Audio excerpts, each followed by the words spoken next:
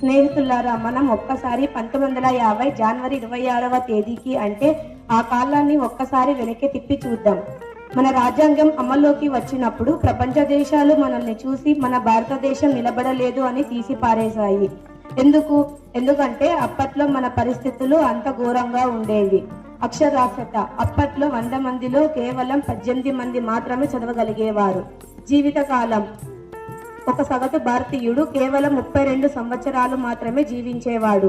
ఆర్థిక వ్యవస్థ మన జీవితాలు ఎంత పేదరికంలో ఉన్నాయి అంటే షిఫ్ట్ మౌత్ బతుకులు బతికం అంటే ప్రజల ఆకలి తీర్చుకోవడానికి అమెరికా నుంచే గోధుమ నౌకల కోసం కళ్ళు కాయలు కాచేలా ఎదురు చూసేవాళ్ళం. కానీ ఆ తరువాత మన భారతదేశం సగర్వంగా లేచి నిలబడింది. ఈ 2026లో వచ్చిన మార్పును ఒక్కసారి చూడండి.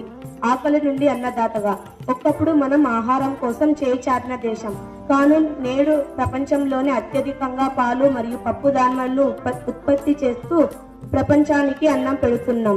రోగాల నుండి వైద్యుడిగా మనం 1950లో మందుల కోసం ప్రపంచం వైపు చూసాం, కానీ నేడు Bharat pharmacy of the world గా మారింది. ప్రపంచ వ్యాప్తంగా వాడుతున్న వ్యాక్సిన్లలో 60% మందులు మనమే తయారు చేశాం. ఎద్దుల బండి నుండి అంగారకుడి వరకు మనం 1963లో మన శాస్త్రవేత్తలు రాకెట్ భాగాలను సైకిల్ మీద పెట్టుకుని తుంబా చర్చికి తీసుకెళ్లేవారు. కానీ నేడు చంద్రుని దక్షిణ ధృవంపై కాలు మోపిన మొదటి దేశం మనదే. మనం సైకిల్ నుండి చంద్రయాన్ వరకు చాలా చేశాం. ఇక డిజిటల్ విప్లవం గురించి చూడండి. ఒకప్పుడు అంటే 1950లో మనం ఊరికి డబ్బు పంపాలి అంటే మనీ ఆర్డర్ ద్వారా 10 రోజులు పట్టేది. కానీ నేడు అంటే ఈ 2026లో మన ఊరిలో ఒక సామాన్య కూరగాయల వ్యాపారి కూడా QR కోడ్ ద్వారా క్షణాల్లో పేమెంట్ తీసుకుంటున్నారు. $100 బిలియన్ పైగా లావాదేవీలతో ప్రపంచానికి బ్యాంకింగ్ పాఠాలు నేర్పిస్తున్నాం. ఈ అభివృద్ధి కేవలం ఆకాశంలోనే కాదు, నేలపై కూడా స్పష్టంగా కనబడుతోంది. ముఖ్యంగా ఈ పరిపాలనలో వచ్చిన మార్పును నేడు తప్పక ప్రస్తావించాలి.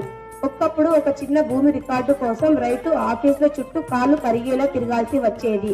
కానీ ఈ రోజు మన రెవెన్యూ శాఖ మరియు MRO లాంటి అధికారుల వల్ల మన భూ రికార్డులన్నీ డిజిటలైజ్ అయ్యాయి. స్నేహితులారా, మనం చాలా దూరం వచ్చాం. ఒక సగటు ఆయుర్దాయం 32 ఏళ్ల నుంచి 70 ఏళ్లకు పైగా పెరిగింది.